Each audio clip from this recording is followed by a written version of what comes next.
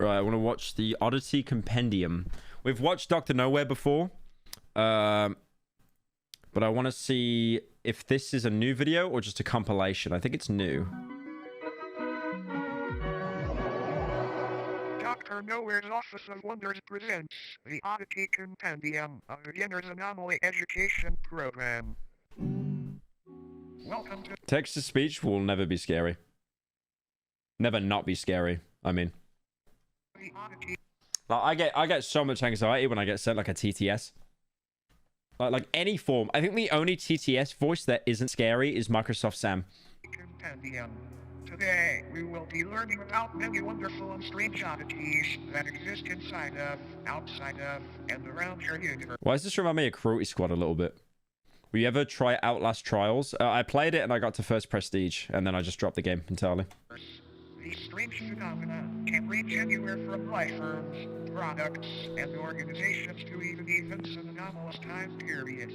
Important. The following information has been acquired from realities that may be separate from the one you are currently residing in. Please be aware that knowledge or comprehension of Thank you, dummy, information for 19. may result in a conscious reality fracture.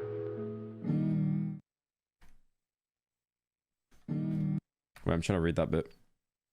A conscious reality fracture is an event that may occur when an individual perceives material that originates from an incompatible reality. Symptoms include migraines, excessive bouts of deja vu, instant death, and more. What? Why do you say instant death and more? Like, oh yeah, and more. And more. Find out more after the break. Like, instant death is probably the worst. Well, no, to be fair, it's probably not the worst thing that can happen. Body just gets possessed. Just go around, start killing people. It reminds me a little bit of the signals you can get in the Mandela catalog. You know, the information. I forget the analogy for it. The atonym.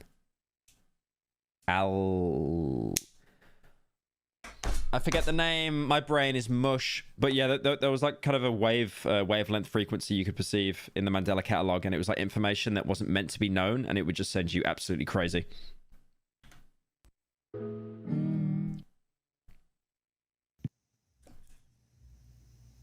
Installment number 1, Faux Beds, a land of forgotten faces and geometric knowledge beyond belief. Oh yeah, MAD, Metaphysical Awareness Disorder. Yeah, that's the one. That's the one.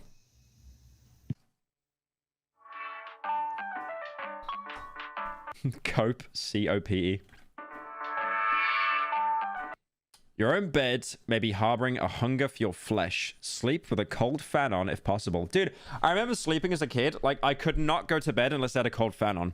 And then I woke up and my eyes just hurt so much.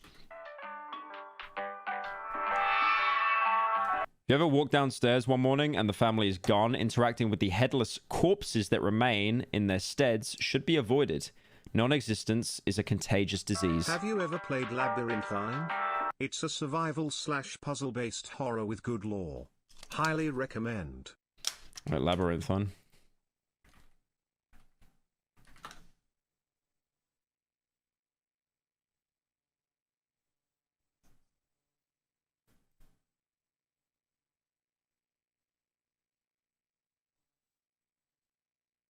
Uh-oh, backrooms, it's over.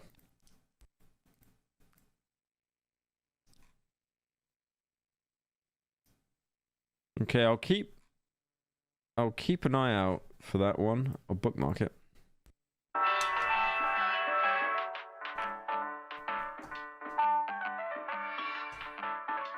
If you're out in the middle of nowhere and you get a rush of brilliant ideas, turn back immediately. Enlightenment is a drug, and the withdrawals can kill.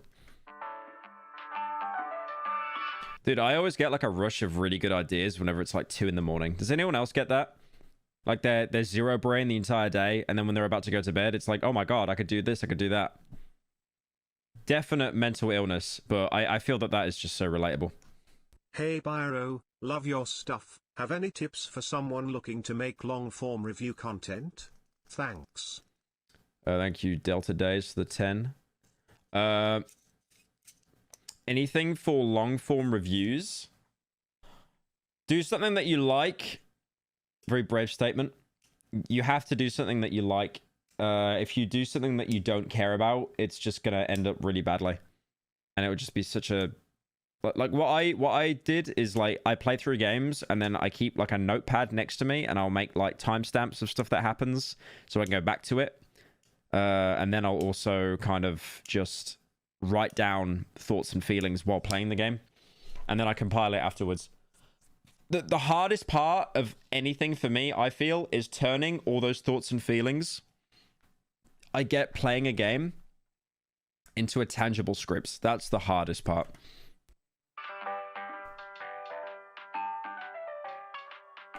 Whenever I write down my late night ideas, I look back at them and I think, what the fuck was I on?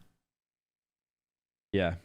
I don't know. Oh, you were stoned? Oh, okay. No, yeah, that actually makes sense. I don't look back on my ideas and I think that's bad. I just think like, why did you get that idea at 3 in the morning? It's like, I'll get all these ideas, right? For like a main channel video. And then I'll start messaging people. And thankfully, some of the people I employ are actually Australian. So they'll be up around that time. So I'll just like spill like these really stupid ideas to them. And then they'll be like, oh, that's actually a good idea. Let's do that. Let's do that. Let's do that.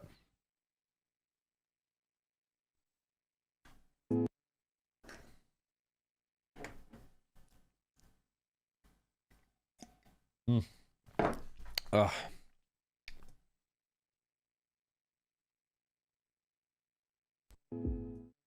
Where's a donut? You're lucky I'm drunk and payday is today.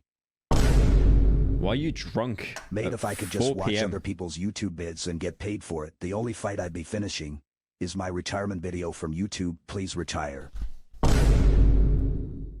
Down. It is a hard life watching other people's videos and pausing every 10 seconds. It's a very difficult life. No one understands how hard I have it.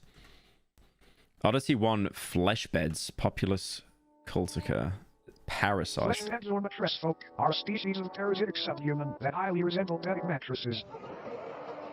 Why is there a laughter track? Okay, that's actually kind of genius. Are a species of parasitic That does not look like a bed, though. subhuman It looks more like cordyceps. that highly resemble bedding mattresses. The body of a dormant flesh that appears identical to a standard mattress. Hey, Pyro. However, slicing the thin sheet like Have you ever heard of the horror game In Sound Mind? Yeah, I played that. That's a really good game. I think it might be right up your alley, due to it being all in the head. I might stream In Sound Mind at some point. I played through a bit of that game. I really enjoyed it. I really enjoyed it. You know the funny thing is about In Sound Mind? It has the same voice actor that voiced Mitchell in Hunt Down the Freeman. I think Rice Pirate. But in Sound Mind, he actually does a really good job, but I couldn't stop thinking that, oh my god, it's Mitchell from Hunt Down the Freeman. like skin reveals many soft organs, limb-like appendages, and a humanoid head which hides beneath the skin. They were first discovered in the late 1960s when a mattress company was surveying excess storage. Upon finding many seemingly pristine mattresses that had not been sold, they gave them away to thrift shops and people in need. So they were found in an IKEA. This makes total sense now. This makes complete sense. The people who received the mattress folk initially had no issues. I saw PewDiePie in the thumbnail clickbait. I literally didn't set that. It's like auto-generated by YouTube. With faux beds. It wasn't until the air began to warm up that these beds awoke from their uneventful hibernations. The first reported victim was 19-year-old Alice Digere. Why is that funny? I don't know why. You know, there's like a psychology behind that, right? Like they put laughter tracks in shows because it's like a social thing, right? You know how you yawn? Everyone around you feels the need to yawn. But then if someone laughs, you feel the need to laugh even if you don't think something's funny. It's actually manipulating you. It's like a social response. That's why Friends and stuff like and Big Bang Theory, that they all have laughter tracks, because without them they'd just be complete slop. But I don't know why, like hearing a laughter track after hearing someone died, that's hilarious. Been sleeping on a flesh bed for roughly 6 months Someone in chat said Lamau, she died. before her sudden disappearance. After noticing the stench of sulfur and rot originating from her bed, her family called authorities, and the inside of the mattress revealed a feasting parasite, several hundred human bones, and a half-digested Alice. The method in which mattress folks sustain themselves is by waiting for the body heat of a host to wake them from their dormant state. Kind of like an egg, but not nearly as tasty. Just the laughter. So that's the head there, right? Is that meant to be the head? Is it like... It looks like it's impersonating the person. Yeah, it almost looks like it's recreating the body, right? Like it's a double, because I feel like you can see the arm there. You can see like the rib cage there, the head. Their dormant state. Kind of like an egg, but not nearly as tasty. After they wake, they slowly unfold themselves from their soft mattress-like bodies. This process is very gradual and happens underneath its body or on its side so as not to be detected. After roughly a month of this process and on a night 17 degrees Fahrenheit or higher, its head and arms fully emerge and pull the sleeping host into its body, where prey is slowly digested. That takes a month? Damn, it's not even worth it for that. Like, okay. Do you know how much protein is in a human? Not a lot. We are basically one of the worst things for a carnivore to eat for sustenance. Thank you, Nuna, for joining. Thank you, Nick, for the 4 months. Bonzi Buddy voice. Oh, yeah, true. I thought I recognized the voice. Yeah, I hope you're doing good, Nick. Lamau, she died. Laugh now. Much is known about how these sleeping beauties came about. PS50 games. Okay. PS50 games. PS50 games. PS50 games. PS50 games. PS50 games. PS50 games. PS50 games. PS50 games. PS50 games. PS50 games.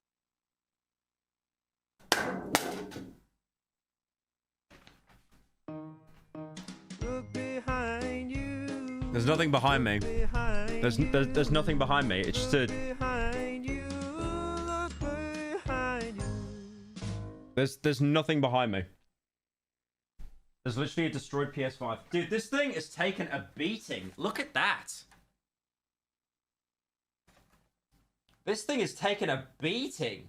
You know what the thing is as well? I reckon it still works. There's something loose in there. Maybe not. The only thing I have on this, by the way, is The Last of Us 2. That's it.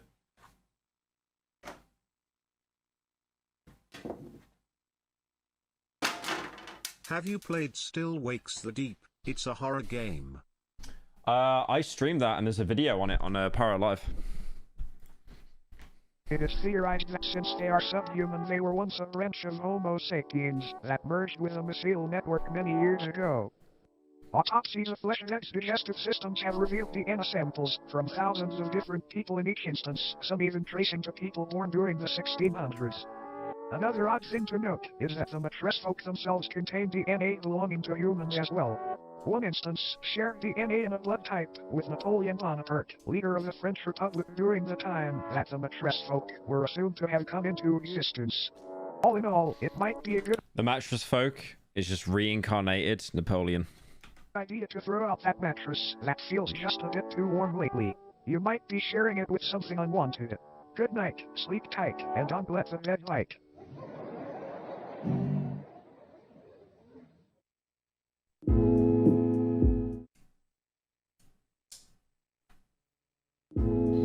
Headless macrocosm. Mundum syncapita.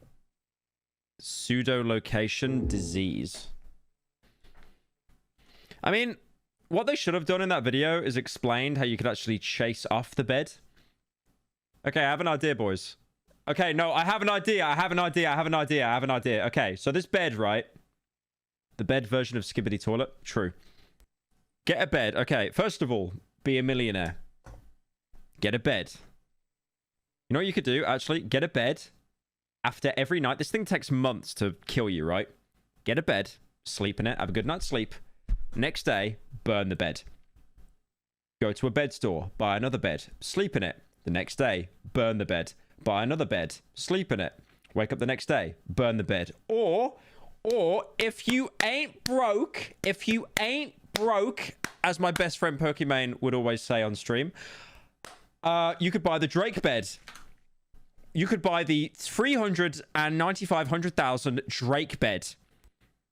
You could buy the Drake bed. What? It's too broke to impersonate the Drake bed. Simply buy the Drake bed and you're safe forever. Easy clap.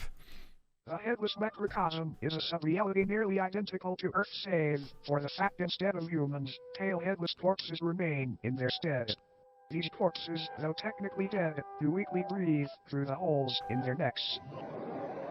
Their hearts have also been observed to begin convulsing at seemingly random intervals. These beings are identical in appearance Bro's built like Tony Stark. He's got like a little hole in his chest. to one another aside from physical dimensions, which can vary severely between each corpse. The headless sub-people dwelling in this pocket reality have been observed changing their behavior when humans have physically interacted with them and apparently gain a level of awareness and vitality when such events occur. There are approximately 2,393 living humans residing in this reality, all from parallel Earth. Every single resident recounts waking up in the headless macrocosm after falling asleep under strange circumstances back in their home realities. No one back in their own parallel homes remembers their faces or identities, which leads to the belief that this place could be a form of anti-reality, a waste compartment of the universe used for aspects of reality that are useless or harmful to existential fabric. The humans that live in the headless macrocosm are assumed to be taking shelter in abandoned structures and banding together to search for plant-based food during the warmer times. The climate in this reality is often below freezing. That's interesting. I think that's a play on, you know how you see in Half-Life games, like the shadows of NPCs? And that's a thing in like Gmod Construct as well. That's like a huge thing with like horror stuff there. So you've got, you know, those shadows that you see far away. So that's basically trying to turn them into like an actual species. You should play Pathologic too. Maybe. Fun fact. Humans have coined multiple terms and nicknames for these headless corpses, such as stumpies, cranes, and ichabodies. Calling them stumpies is crazy. Despite this sub-reality, They look like the tall boys from Dishonored. A little bit. They got the legs of like Striders from Half-Life. Ain't no shadows in Half-Life 2. I just mean from the ARG stuff, like the horror stuff. Despite this sub-reality being detached from main reality, an incident took place which created a temporary tier between the two. A man residing in the headless macrocosm was walking through a field with a small house in the center. Upon reaching the house, the man unintentionally brushed up against one of the breathing bodies. This body, just before motionless aside from the labored convulsions, sprang to life and removed the head of the man. It then proceeded to attach the severed head to the stump of its own neck.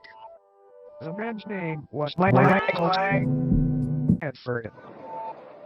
After the corpse had placed Michael's head where its own should be, an event occurred back on Earth in the year 2061 that resulted in governmental intervention. An event occurred back on Earth in 2061? A family's call to the So this takes place in the future? Or did it move into like a different reality? I wish you a pleasant afternoon. Love your streams and video essays. Thank you, Russ. Appreciate it, man. Thank you. authorities described an impossibly tall naked figure appearing in their backyard. The presence of this oddity was highly distressing to the family, and they remained inside their home until the situation was resolved. The following photograph depicts this figure they spoke of. Michael Tedford's rotting head is affixed atop its frail neck. I met this Shortly after handsome the photo was covenant named taken, Declan. He is a bit drunk. But he told me if you want to go to sleep, watch Pyro. His shit is so boring you can fall asleep to that shit nearly instantly. Only head I get is the inflation sensation. I love inflation. what was left of Tedford's existence was removed from the premises and taken to an upscale anomaly testing site. Apparently, this corpse was attempting to quite literally become Tedford by leeching off of his existence. These breathing bodies appear to be in a constant state of yearning to reconnect with the roots of reality again, as they have been taken a hold of by a dangerous and contagious disease. This disease appears to be non-existence itself. It can affect anyone It looks like a Bladey music video. That is the worst outcome. on Earth at any time, and once it takes hold, the headless macrocosm deems you valid for residence within its endless meadows, filled with fellow patients. But don't worry, it's a rare diagnosis. Another fun fact. Occasionally, crude man-made structures will form seemingly out of nowhere in order to correspond with the structures on parallel Earth. As mentioned earlier, the headless macrocosm itself functions like a digestive tract of the universe, and these structures may be antibodies attempting to fight off the virus of non-existence. Now then, check your head. Screwed on tight. Great, because you might want to hang on tight to it for this next one.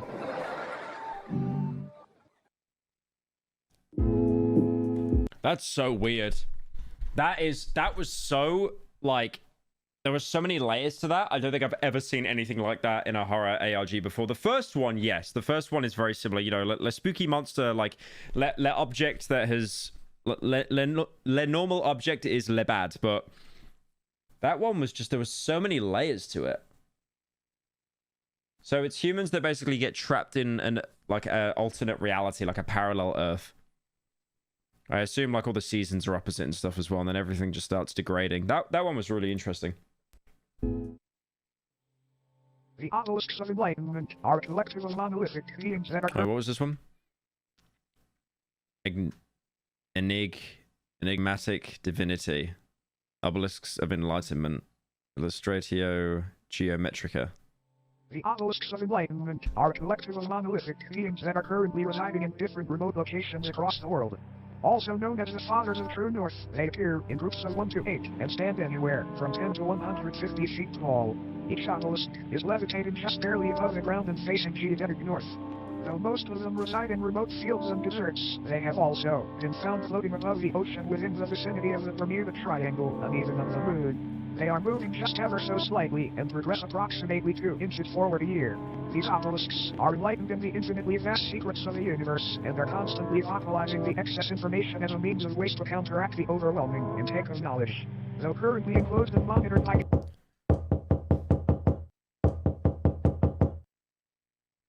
Well, I like you spamming it 4 times just to make sure the first one... I'm trying to process the information and that terrified me, bro. Don't do that. Don't do that.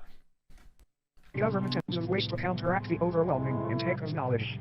Though currently enclosed and monitored by government entities, many people have wandered into these locations prior claiming to be following the sound of angelic singing. This alluring hum emanating from these obelisks seduces a massive increase. Okay, this reminds me heavily of Mad from the Mandela Catalog. Like, learning the secrets of the universe. It's like that woman from, like, the Indiana Jones film, the Russian woman, and she asks to learn, like, everything from the aliens, and she just melts because it's just too much.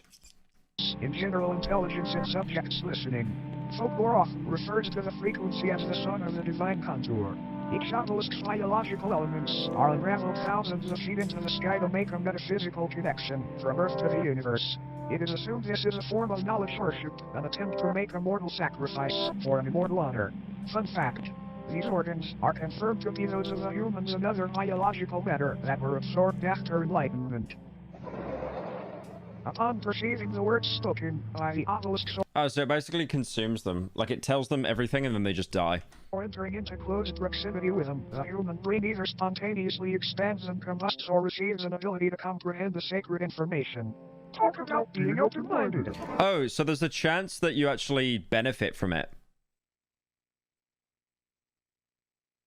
I wonder what would happen to you if you learn all the knowledge in the world and your brain didn't explode. You'd basically just become like the smartest person in the world. Would it be worth it though? I feel like if you learn everything in the world and all the secrets, it would probably like actually drive you to suicide or something. Eventually.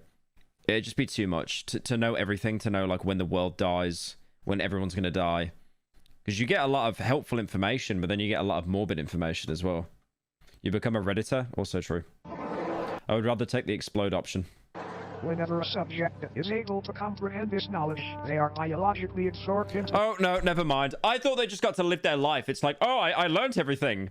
Call me Bill Gates. I'm going to invent Microsoft too. But no, they just get... If their head doesn't pop, they just get eaten. The obelisk becoming wholly unified with a being. Dude, I'd learn all the information if my head didn't pop and I'd just run off.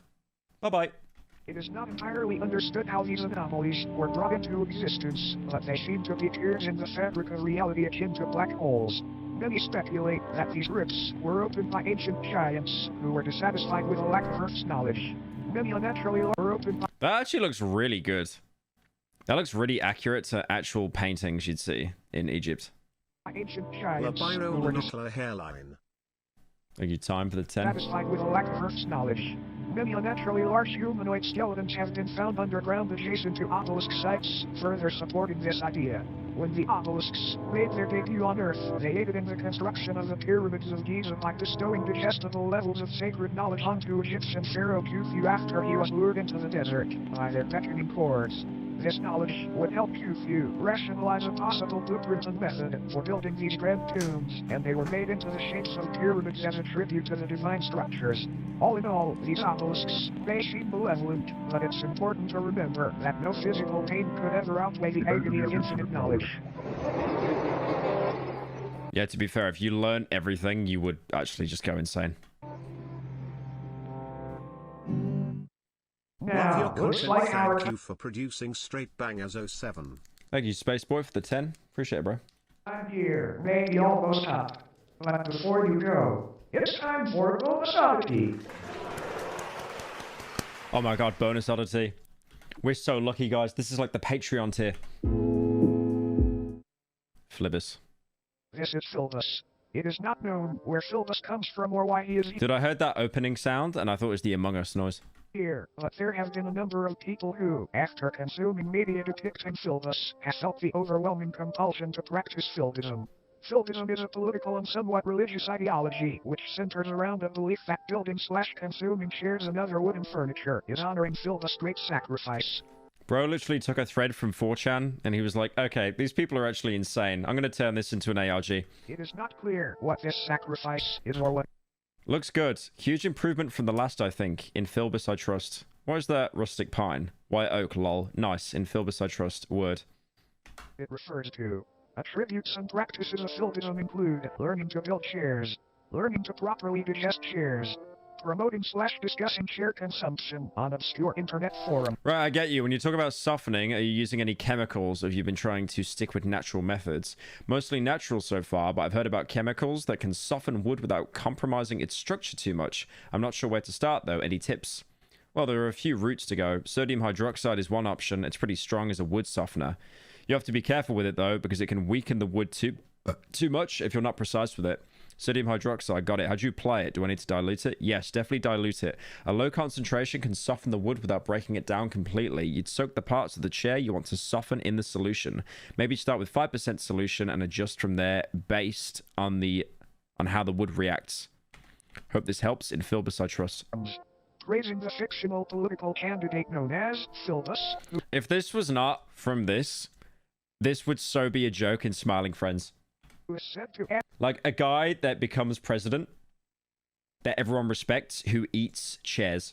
advocate for making furniture consumption a socially accepted and widespread practice. There are so many wonderful things about Philbism. Consider the body of Philbism become one with many others today. It's a great decision. Just eat your chair to get started. Any mention of Philbism and elaboration on the subject will eventually result in it becoming a sponsorship or advertisement of sorts. We have no idea how to avoid this. Sorry. So, he is basically the most aggressive YouTube ad read you've ever seen.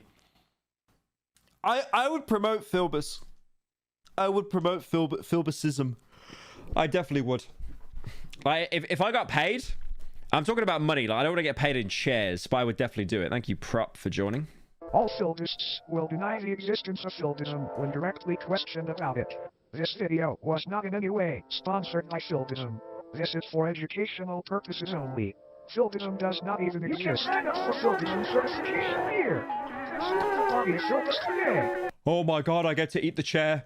How would you look I at want the to clock? I want to eat the chair. I want to eat the chair. It's just about time for us to part ways. A brief cleansing process will now commence. This purely auditory procedure will ensure you do not come away from this with any ailments from beyond contracted during your viewing experience. Please close your eyes and do not open them until told to do so. Okay, I'm gonna close my eyes.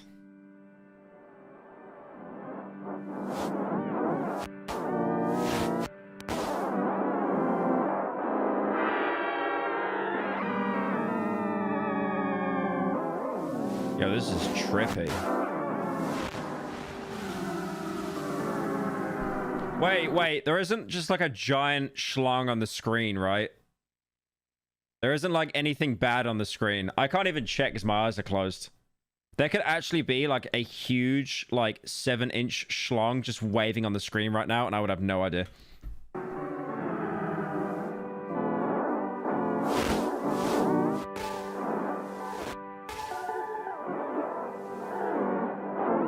Philbus.